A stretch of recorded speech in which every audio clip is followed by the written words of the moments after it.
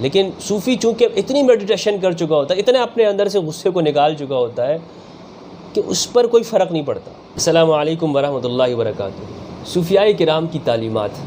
صوفی وہ شخص کہ جو اپنی زندگی کو مخلوق خدا کے لیے، انسانی مخلوق کے لیے وہ خدمت پہ لگا دیتا ہے، کام پہ لگا دیتا ہے کہ میں اب اپنی زندگی وہ انسانیت کے وقف ہو گئی ہے، انسانیت کے لیے میں نے انسانیت کے نام کر دی، اب میری صبح شام انسانیت کی خدمت میں گزرے گی۔ صوفی وہی شخص ہوتا ہے۔ ایک آدمی اگر کہتا ہے کہ مجھے خدا سے بہت محبت ہے اور میں خدا کے بہت قریب ہوں، اب ہم کیسے پہچانیں کہ یہ شخص سچا ہے جھوٹا؟ ہمارے پاس کیا چیز کرائیٹیریا ہے؟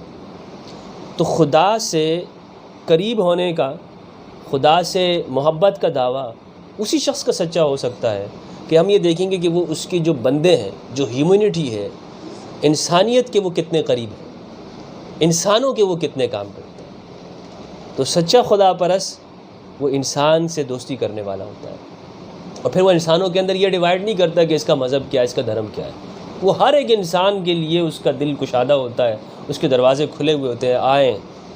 وہ یہ فرق نہیں کرے گا بیٹھنے کے اندر بھی کہ جی یہاں پہ یہ بیٹھے گا، یہ نہیں بیٹھے گا، یہاں پہ امیر کبیر نہیں، سب کے لیے ایک ہی جیسا رکھتا ہے۔ مجھ سے کسی نے پوچھا کہ صوفیوں کی جو پریکٹس ہوتی ہے دن میں وہ کیا ہوتی ہے، کیا کرتے ہیں؟ صوفی خدمت کرتے ہیں لوگوں کی، اور یہ نہیں دیکھتے کہ کون ہے، اور پھر میڈیٹیشن کرتے ہیں، مراقبہ کرتے ہیں، اس کے اندر ذکر کرتے ہیں۔ مختلف سلسلے ہیں صوفیوں کے، جیسے کہ مختلف مذہب کے اندر ہوتا ہے۔ اسلام کے اندر قادری، چشتی، سہروردی، نقشبندی، اویسی اور مختلف سلسلے ہیں۔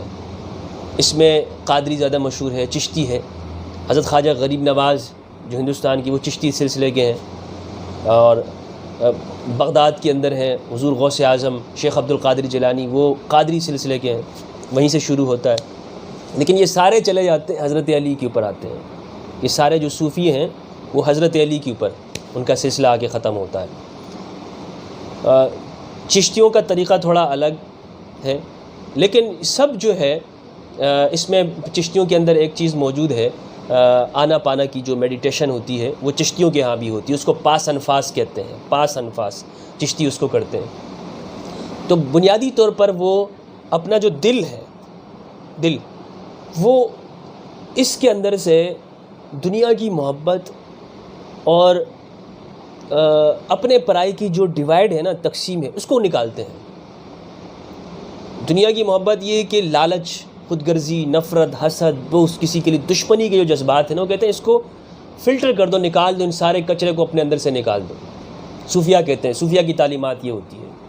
صوفیہ کی تعلیمات یہ نہیں ہوتی کہ جی آپ کے بال بڑے بڑے ہوں، بکھرے ہوئے ہوں، آپ کی لمبی لمبی یوں داڑھی ہو، ایک بڑی پگڑ لو، یا کوئی چادر ایسے اوڑھ لو ایسے یوں، اور یا آپ کا اتنا بڑا نشان یہاں لگ جائے اور ہر وقت تسبیح ٹک ٹک ٹک یوں تسبیح گھیرے۔ یہ صوفیوں کا نہیں ہے۔ صوفیوں کی کچھ کام ہے، آپ کا دل وہ اندر سے پکارے گا کہ آپ کیا صحیح کرنا ہے، کیا غلط کرنا ہے، کیونکہ وہ کہتے ہیں کہ ہر دل کے اندر خدا ہوتا ہے، ہر دل میں، ہر انسان کے اندر خدا ہے، خدا کی روح ہے۔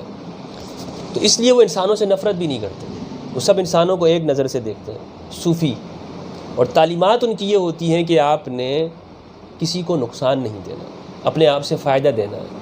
حضرت ابو ذر رضی اللہ عنہ کا واقعہ، کسی نے ان سے کہا کہ کتا، تمہاری داڑھی تو ایسے ہی جیسے کتے کی دم ہوتی ہے۔ تو حضرت ابو ذر نے مسکرائے۔ ہاں، غصہ دلانے والی بات ہے، لیکن صوفی چونکہ اتنی میڈیٹیشن کر چکا ہوتا ہے، اتنے اپنے اندر سے غصے کو نکال چکا ہوتا ہے کہ اس پر کوئی فرق نہیں پڑتا، اتنی طاقت اس کے اندر ہوتی ہے۔ تو حضرت ابو ذر نے کہا کہ اگر میں خدا کا سچا بندہ ہوں تو پھر تو مجھے تمہاری گالی کی پرواہ نہیں ہے، ٹھیک ہے، اور اگر میں خدا کا نافرمان بندہ ہوں، ایسا بندہ ہوں کہ خدا کی نافرمانی کرتا ہوں اور خدا کو میں پسند نہیں ہوں، تو پھر تمہاری بات ہی صحیح ہے۔ وہ ایک کتا بہتر ہے مجھ سے کہ جو اپنے مالک کی فرما برداری کرتا ہوں۔ یہ الفاظ تھے۔ تو صوفیاء کرام کی تعلیمات یہ ہوتی ہیں۔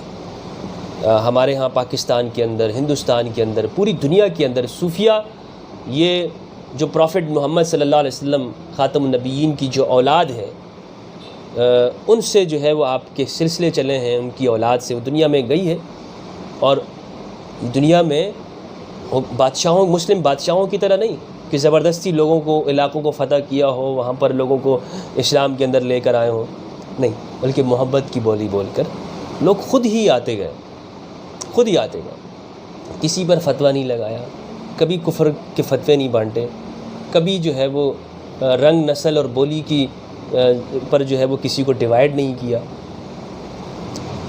تو یہ صوفیاء کرام کی تعلیمات ہوتی ہیں۔ اللہ سے دعا ہے اللہ تعالی ہم سب کو صوفیوں کی تعلیمات پر عمل پیرا ہونے کی توفیق دے۔ تو ان کا ذکر کیا ہوتا ہے، اس پر میں کسی دن ویڈیو بناؤں گا اور آپ کو دکھاؤں گا کہ صوفی ذکر کس طرح کرتے ہیں، اپنے دل سے وہ کس طرح سے خدا کی آواز کو باہر لے کر آتے ہیں، دل کس طرح ان کا خدا اللہ اللہ کہتا ہے، ہر دھڑکن کے ساتھ کیسے فیل ہوتا ہے۔ بہت بہت شکریہ۔